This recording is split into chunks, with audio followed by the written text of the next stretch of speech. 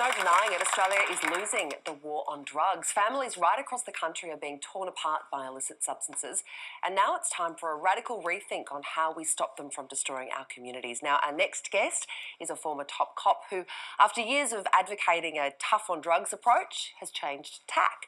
He now wants decriminalisation. He thinks it's the way to go. Former Federal Police Commissioner Mick Palmer is now the Emeritus Director of think tank Australia 21, and he joins us now. Welcome to the show.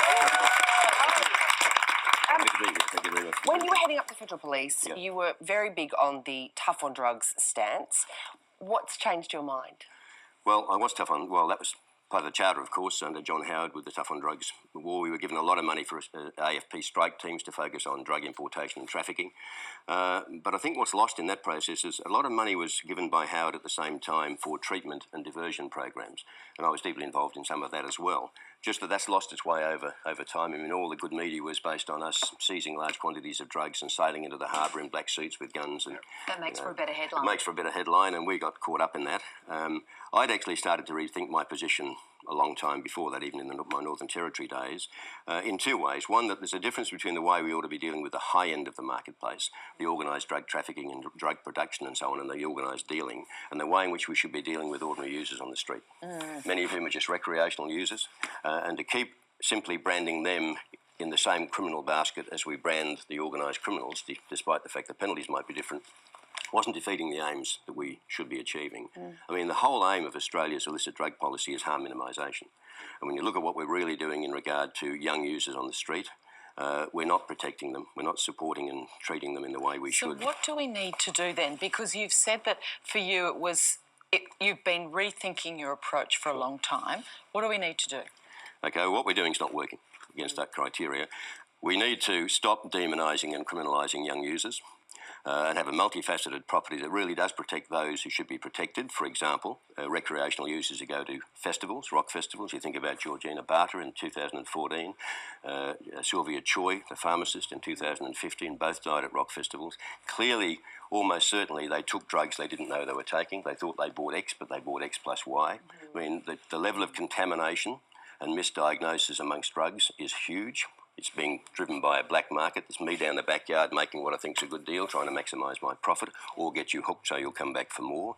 As a result of which, even educated, really well-educated people with fully productive jobs are dying at things like rock festivals. And for us to be doing nothing about that, saying, well, that's all we can do is send in a few sniffer dogs, to me is just, is negligence. I mean, so you're talking about decriminalisation just for personal use? I think it's got to be... Yes, sorry, Joe. Oh, no, I was just going to ask, so if you're talking about just for personal use, where do you then draw the line? If you're talking about ecstasy, is it 1 tablet? Is it 4 tablets? And then if that person is selling tablets to cover the cost of their own tablet. Feed his own habit. That's right. When does that person user become a dealer? Well, I mean, that'll be decided by governments over time, obviously. But you're absolutely right. It's got to be an incremental journey, step by step, and that's what we're suggesting. Look, we just can't stand still. Standing still is not an option. The results we're getting are nowhere near good enough.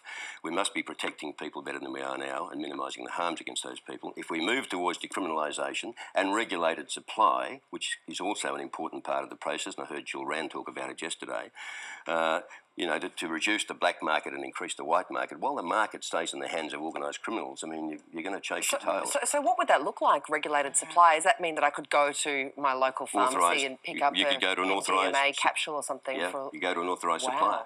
But for certain drugs. But you'll have to roll it out. We should roll it out carefully, slowly, incrementally, review and evaluate as we go. Start with things like, obviously, drugs like cannabis, which are now largely decriminalised to some extent or another in every jurisdiction around Australia. Would you say to people, parents at home who'd be listening, saying, if my children or teenagers could go into a pharmacist to purchase these sort of drugs, that is then encouraging them to do it. And I don't want it. Or you'll be accused of going soft on drugs. Yeah. Yeah, well, my answer to that, that's exactly right. And I understand all those concerns. And I think that's the reason why, of course, it's so hard to get political traction. It's not popular. Not that politicians don't think we should have change, but that they are worried about the fear in the community and the backlash that they'll have if they seem to go soft. But what you're telling people is that what we've been doing in the past has not worked. So we need a new approach. And that's why they've got to come to the aid of the party. To the aid, that's right. Decriminalising sounds, to most members of the community, so scary. But are you saying that what's the result now is already frightening? The results we're getting now, I mean, we talked about Georgina Barter and Sylvia Choi, 13 or so people who were hospitalised in Melbourne at a very recent rock festival, I think, in Richmond. What's going on in the football codes? We were talking about this earlier in the show. There What are about drug drugs like scandals. ice and heroin, though? I mean, they're a different category, aren't they? Well, Should people really be able to... They'd be your last step. Yeah. You know, you've got to think carefully about this. We've got to say we can't be satisfied with where we are. Let's try a few things and see if they work. They certainly work in other parts of the world. You've got to find a way that doesn't demonise the young people who do it. Kids are going to take drugs, whether they like it or not. Kids are going to take There's an element of this support that goes into schools, smarter choices, I think it's called. Yes, smarter about drugs. Yes, because you say in the report that all these programs are usually aimed at children, but they have no involvement in the development of them. So you've got another aspect of this program aimed at children 7 to 12, years 7 to 12. Can you very quickly tell us how that works? Yeah, I mean, we don't engage with kids enough. That's a different project, but it's associated with this one between Australia 21 and ALDAF, which is the Australian Alliance Drug Awareness Foundation. It's about, and it's been prepared, about preparing a package, safety about drugs package, a conversation pack for children to stimulate debate, engagement in the subjects, get them to think about drugs and alcohol, ask questions, put forward scenarios, and the package has a series of scenarios. It's being embraced by teachers. The aim is to have it implemented into school curriculums as a way of getting kids to better engage in this discussion and argument. Communication is key. Communicate, see what they think about this process. What do they reckon about it? Why do they think they take drugs? What is it that would cause them to do so? What would make them rethink their situation? What's the sort of advice we need to get out there to make kids think more carefully about something else to do. the choices they make? Yeah, give them something else. Well, Mick Palmer, you have been at the coalface for years and years and years, and so are many of the other experts that are part of this think tank, and some very big, challenging ideas that are coming out of this. Thank you so much for joining us this morning, My pleasure. Mick Palmer. Thank you for your time. Thank you, Mick.